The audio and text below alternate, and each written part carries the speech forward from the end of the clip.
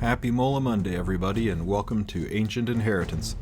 If this is your first time with Ancient Inheritance, I recommend that you check the link in the description for my tutorial video to get the best start for this fight. Now, the key to this event is teamwork. It is guild PvE after all, so you want to coordinate your guild as best as possible. We split our guild up into 4 separate teams, each with their own specific jobs and the end goal of reaching the priest as quickly as possible and advancing to floor number 2. As I said in the prior video, floor number 1, there are certain things you do and do not want to collect. Here is a map of floor number 1. This map will be linked in the description and will continue to be updated as I get more information. As you can see, we divided the guild into 4 teams. Each team has their own specific job. 2 teams are converging on the West Warden and 2 teams are converging on the East Warden.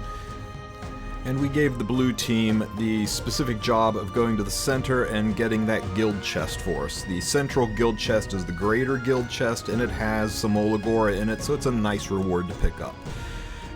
It's worth noting that that central guild chest is guarded by a boss that requires multiple AoE spammings per turn. So you want to take units that do AoE attacks on their S1 skill, like Holiday Euphine, Bad Cat Armin, and Yuna to help with completion. On floor 1, you want to pick up every relic and scroll you get, and you want to avoid treasure chests and normal monster fights. They're not worth it. Also, you should skip statues. I know this feels counterintuitive, but statues only increase your skill by 1, and on the early floors, going from level 1 to level 2 is simple. Now, for the starting relics, I really like the Wanderer's Pipe. It gives you 50% experience boost just from walking around. Exploration Journal and Wooden Spatula are great, but I really would like that Wanderer's Pipe, so I refresh, but I still don't get it. But you know, the Exploration Journal is really nice. So is the Wooden Spatula for 5 extra provisions, but I'm going to go ahead and take the Exploration Journal. I'll get 70 more % experience points when I use objects, which will help with looking at scrolls and relics, but especially help when I look at those books. The books normally give you 100% or 100 points. Now I'll get 170 points out of them, so I'll make do with this and just navigate around and collect books here and there to help boost my experience up. Now, this is where the map comes in handy. You only have 80 provisions, and every step you take uses a provision. There, it took me down to 79. Now, when you use an object like this scroll, for example, it takes provisions to use the object, 3 in this case.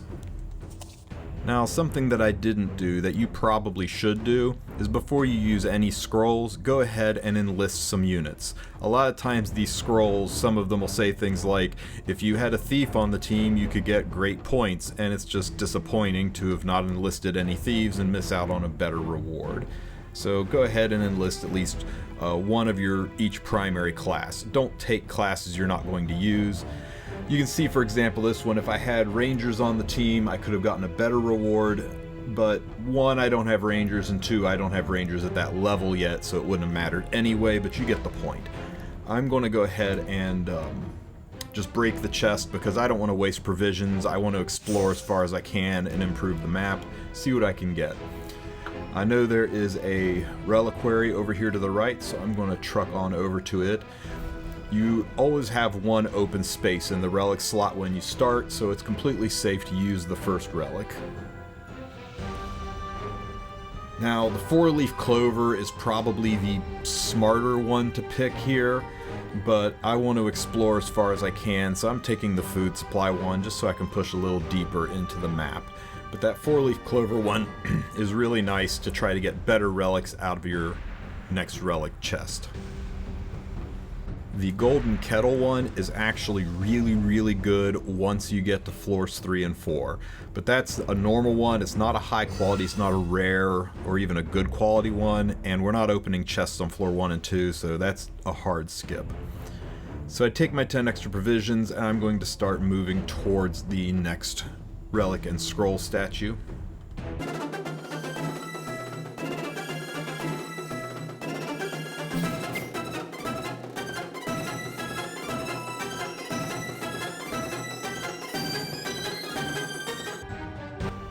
I'm going to go ahead and use this book. I don't recommend the books unless you got the Exploration Journal as your starting relic.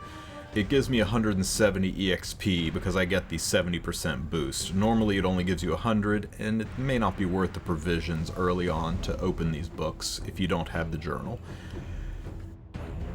Now, something to note about relics. You have a limited number of relic spots. They increase per level. I went ahead and just opened this relic chest because I know I took the food provisions, so I've got room to add another relic.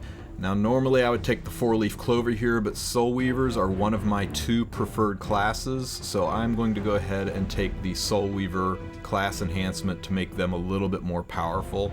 I'll replace that spent 10 provision packet with them. Now, that 10 provision, it was used the instant I opened it, so it's a dead relic for me. It doesn't do me any good, so I can replace it with the charm. Now, you notice there's no more room for relics, so I don't want to pick up any more relic chests until I level up and create an empty spot.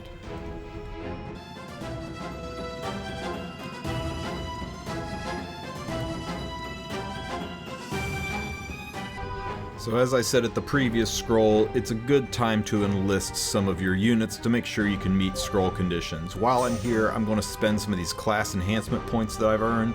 I'm going to hard focus on warriors with a little bit put into soul weavers. That's all the points I have right now, so I'm going to go ahead and enlist some units. I've put a pretty substantial list of units that are good for Ancient Inheritance.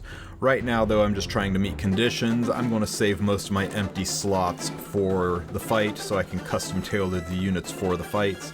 So I'm just going to pick a couple warriors that I know I use and Tam and Assaria to cover Soul Weavers and Rangers. Do not waste time picking up classes you're not going to focus on. There's no point in picking up Knights, for example. So this gives me one of each class, which will help with scroll conditions, and leaves me plenty of empty spaces so that I can custom tailor my teams for boss fights. Scrolls are always worth the side trip. There's a lot of RNG to them, but they are usually loaded with really good boosts. So this would be a really good boost if I was running Thieves. Unfortunately, that is a +1 skill to Thieves, which is a class I'm not focusing on. My guildmate got one for Warriors too, so unlucky. But hey, at least it took me up another level, so I'll be good on class enhancements. I'm going to go ahead and pick up the book for some more experience points and start wandering over towards the next relic. Now there's the statue. It only pushes you up 1 level. Warriors level 2 to level 3 is super easy and efficient to get, just a normal gameplay, so not worth doing. So I check my relics to make sure I've got an open spot. And I do, so I'll go ahead and use the relic chest. And 4-leaf clover would be nice to boost the chance, but Old Nib is the best relic in the game. Every time you use a scroll, you get +1 enhancement point. It helps you power level your classes really fast. As soon as you see it, take Old Nib. The other nice thing about it is infinite uses. It never runs out. It'll be with you till the end of the game. If you have access to this relic, grab it. If this was floor 3 or 4, the golden kettle might be worth it to make treasure chests pay out better, but treasure chests just aren't worth collecting on floors 1 and 2, so I'll pick up that relic further down the line. Okay, there's another scroll on the way. It's always worth picking up scrolls, so hopefully I get something good here. You know, getting 2 enhancement points for 3 provisions is pretty good, but I don't want to waste my provisions right now because I'm in exploration mode, so I'm just going to take single class enhancement, and as you can see, because of Old Nib, I still got 2 class enhancement points out of that. So it's time to wander over here and do my hit on the Warden. I still have 32 provisions, so that's plenty to get the job done. In hindsight, I probably should have hit that book for the experience points to maybe push me up 1 more level to make my warriors a little stronger, but it's the first Warden. I'll make do with what we got. So here are the Warden skills. He seals all your abilities, so don't take units that rely on passives like Terranor Guard. When he kills one of your units, he gets an extra turn to kill more units, so that's just lovely. His next skill has a 2 debuff strip to it, so effectively a full strip. He inflicts a stackable decreased defense to your team. It doesn't show up as a defense break, but it's effectively a defense break, and it keeps getting worse and worse, so every turn this guy hits harder and harder. Also, when you hit him, he self-CR pushes 10%, and he's got an additional damage pop at the end of his turn, kind of like his own built-in Ragnar's drink. So a real pain in the butt to fight. Because of the scaling increased defense, you're not going to be able to bruiser this fight for very long. You want to take in as much damage as possible and try to burst him down. One of my favorite combinations for this fight is using Tam and Asaria as my power couple healer and for dual attacks, and then using Luna as my DPS unit, and Kitty Clarissa for some additional dual attacks. I don't have Kitty Clarissa enlisted, so I'm going to pop out real quick and add her to my enlistments. First though, I want to spend those enhancement points I got. My warriors are only level 2, so I'm going to go ahead and pop them up to level 3, make them a little stronger. Okay, so I got level 3 warriors and effectively level 2 soul weavers.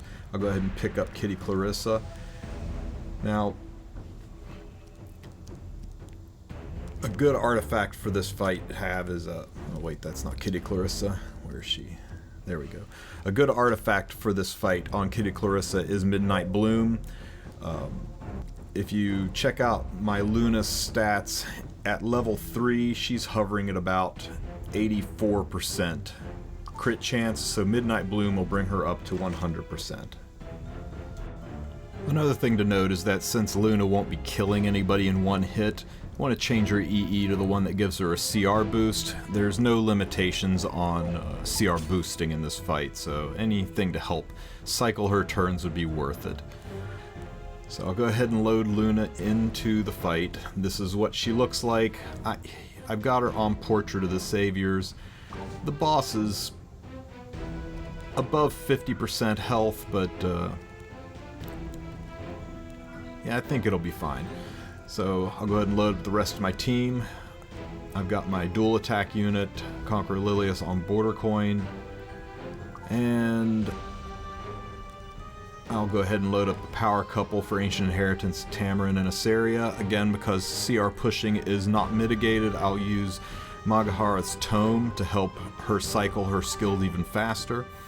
And Asaria, I'm going to go ahead and run her on Song of Stars to give the best chance for extra damage from the target debuff. We'll go ahead and take a look at the imprint menu to make sure our imprints are giving me the best possible payout. And I think I'll change Conqueror Lilies to give everybody an attack boost. I'm not really worried about her health in this fight. Don't really need effect resistance, so everybody else looks pretty good. I'm looking at that HP bar, and I think I'm going to wind up taking this Lich below 50%, so I'm going to go ahead and real quickly change Luna's artifact from Portrait to something that will work below 50%. I think I'll use Symbol of Unity. It gives a really good damage boost, and yeah, that should give me a better overall score than Portrait does. If you're the first one hitting, then Portrait by far and away is going to be the best, but once the boss is below 50% health, Portrait doesn't do anything for you. Where is my Luna? There she is.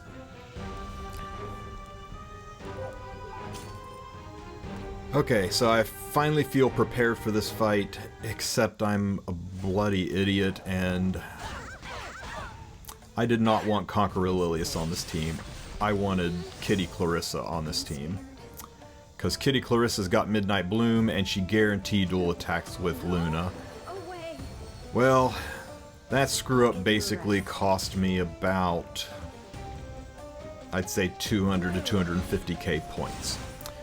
But bygones, we'll make do with what we got. I went ahead and reset Tamarin, and I'm going to use my S3 to try to get a defense break and a target on the Warden. and of course my defense break gets 15%ed. Well, since there's no defense break, I'll use Luna's S3 skill in an attempt to re-establish a defense break. We got it, so we're in pretty good shape now. I'll go ahead and put up the Vigor buff. May as well get something out of Khawazu. And hopefully she dual attacks with Luna. And she always dual attacks with the healer. Unfortunate. I'll go ahead and transform. I can use the S2 to push all the units up and give everybody an attack buff.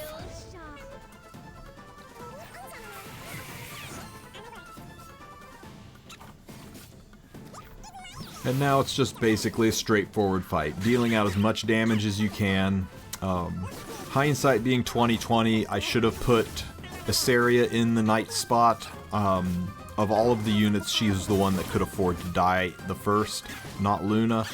And of course, Kitty Clarissa would have given me a much higher score payout than Conqueror Lilius. Conqueror Lilius is great to use against mini-bosses where you just need a two-man team. Conqueror Lilius plus Luna, for example, is great at doing just insane burst damage on relatively slow mini-bosses like the Golem, for example. Two-man teams have a high payout when you're trying to conserve units. After you use a unit in a fight in Ancient Inheritance, it's not available for any other fights until the following day. With the exception of using a healing statue, you can bring 4 units back to life, technically. Oh man, the other thing that really hurt me not having Kitty Clarissa, I'm going to beat myself up all day over that, is she had Midnight Bloom, which is why I am not landing crits at all.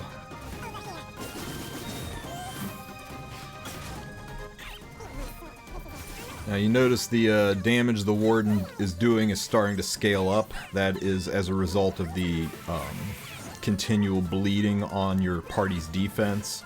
Eventually gets to the point where the Warden can one-shot your entire team. So this is why I was harping on not taking bruiser units and trying to outlast the boss. I mean, that's some pretty serious damage right there.